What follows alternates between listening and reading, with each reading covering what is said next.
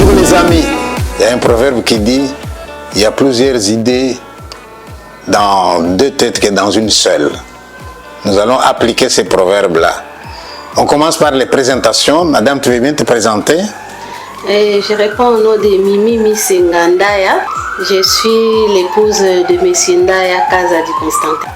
Moi, je m'appelle Madame Zingeli Mazama Clarisse. Je suis mariée avec 4 enfants. L'identité d'une femme, est-ce qu'elle part d'elle-même ou bien être mari de quelqu'un, c'est suffisant? L'identité d'une femme, d'abord, premièrement, si tu es déjà marié, tu t'écoles à l'identité de ton mari. Quand tu es marié, tu utilises son nom, des noms d'usage, mais ton nom de jeune fille reste quelque part, caché, masqué. Ici, nous sommes déjà deux générations différentes. Moi, je suis d'une autre génération et vous, vous êtes d'une autre génération. Mais en dessous de vous, il y a une autre génération qui est en train de venir, des jeunes gens et des jeunes filles qui se posent tellement de questions aujourd'hui à propos du mariage. Est-ce que vous les encouragez ou est-ce que vous leur dites non, non, non, les garçons d'aujourd'hui ne sont plus comme nos parents, etc. Qu'est-ce que vous dites là-dessus? Oui, ça dépend aussi de l'éducation.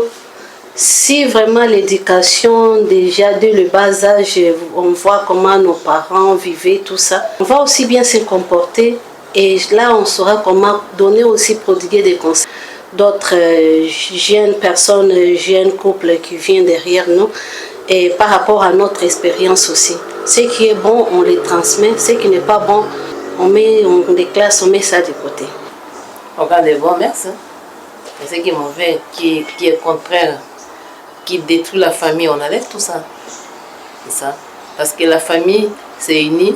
Cette famille, ça constitue d'un homme et d'une femme. Et là, il y a une union qui se crée, il y a les enfants. Les enfants doivent avoir une bonne éducation.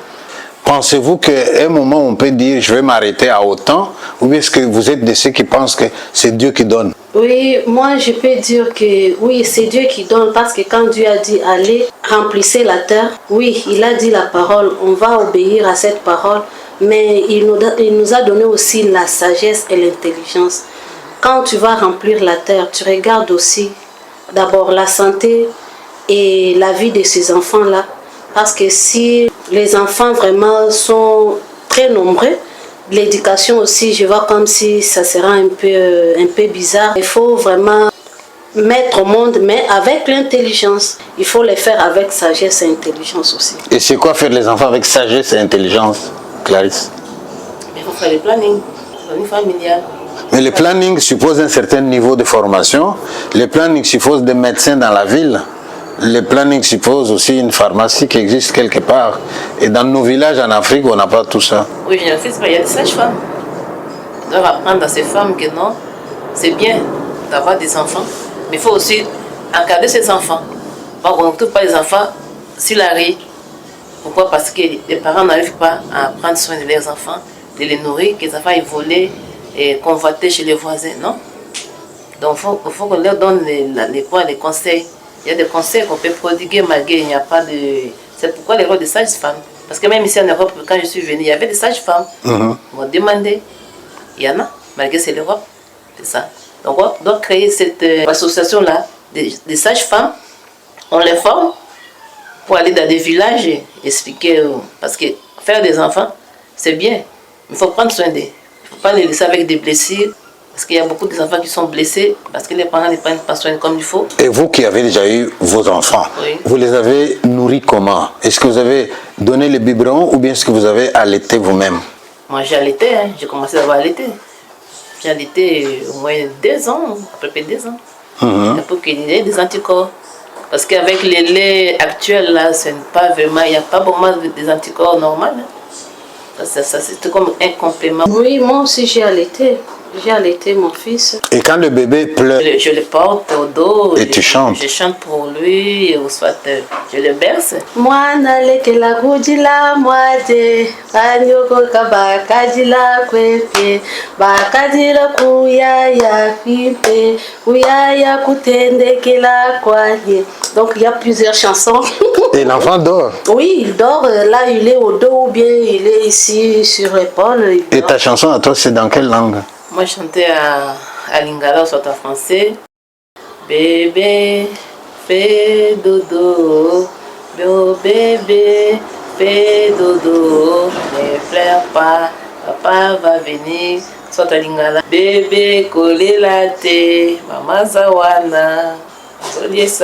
Par rapport surtout à ma mère, Oui. j'allais poser à ma mère cette question. Qu'est-ce que tu faisais? Quelle technique tu faisais vraiment Pour espacer les naissances. espacer les naissances? Clarisse, tu as une réponse à cette question? Bien sûr. C'est quoi la réponse? Donc, c'est avec son mari, sa tante. Bon, tu es dans quelle période? Quand il voit que non, je suis dans une bonne période, parce qu'ils disent mauvaise, c'est une bonne période d'être féconde. Donc, on saute, on supporte. Le jour qu'on n'est pas, l'ovulation n'est pas prête, on s'en coupe. Parce qu'à son époque, quand il y avait les bébés, eh bien, on te tournait les dos pendant près d'un an. Tu savais ça? Je ne sais pas, j'apprends maintenant. Là. Eh bien, on te tournait les dos pendant près d'un an. Ah oui, Moi aussi j'apprends. En attendant que l'enfant... grandisse. Oui, mais quel est le signe par lequel on voit qu'il a grandi? On peut recommencer, c'est quoi? Qu'il fasse quoi, l'enfant? Comment ça Marcher. Qu'il marche? Marche. Ah oui. C'est pour ça que la marche était très importante dans nos sociétés. Et quand l'enfant marchait, on lui donnait un coq. Hein? Waouh. Et il y avait un petit chant. Waouh. Il y avait une petite chanson. Waouh, on apprend. Mais oui, mais je vous l'ai dit, donc, dans le temps, lorsque maman a eu un bébé, les gens ne connaissant pas la biologie supposaient qu'il ne faut pas avoir des rapports pendant qu'on allaite. Sinon, la sémence va passer à travers le lait dans le corps de l'enfant. Donc, il y avait l'abstinence pendant un an. Ah bon? Mais avec l'inconvénient que les hommes alors en profitaient. Hein, Ah oui. pour dire non, l'enfant doit grandir. Mais alors, toi, reste avec moi, faisons grandir l'enfant. Et ce n'était pas toujours ça. Hein. Donc, il y avait cette histoire-là. Vous avez une autre question? Moi, je trouve qu'avec ce système-là, c'est ça aussi a causé beaucoup de polygamie. Hein. Ouais. Ah oui, moi je trouve ça. Parce que quand on s'abstient comme ça, donc, parce qu'il doit y avoir une technique là, c'est pas seulement prendre des pilules ou soit des produits, on peut se sacrifier quand la femme est dans la période de sa fécondité. Ouais. Je sais pas, c'est pour quelques jours. Et puis. Mais il y a des accidents aussi. Bon, ça arrive, on ne fait pas, on ne peut pas quand même. Mais on doit quand même faire l'effort. Parce que quand l'homme se maîtrise. Quand je regarde ce qui se passe dans mon pays, ou même moi, j'ai fait 27 ans sans retourner au Congo et puis je suis allé là-bas voir. Et chaque fois que les gens venaient me dire bonjour, par curiosité, je posais comme ça la question, tiens, comment ça va? Tu es marié? Tu as combien d'enfants? J'avais des réponses du genre, j'ai 12. Moi, je trouve qu'à cette allure-là, le Congo ne va pas se développer. C'est votre avis aussi? Bien sûr. Bien sûr. Voilà. Voilà. Je vais remercier les téléspectateurs.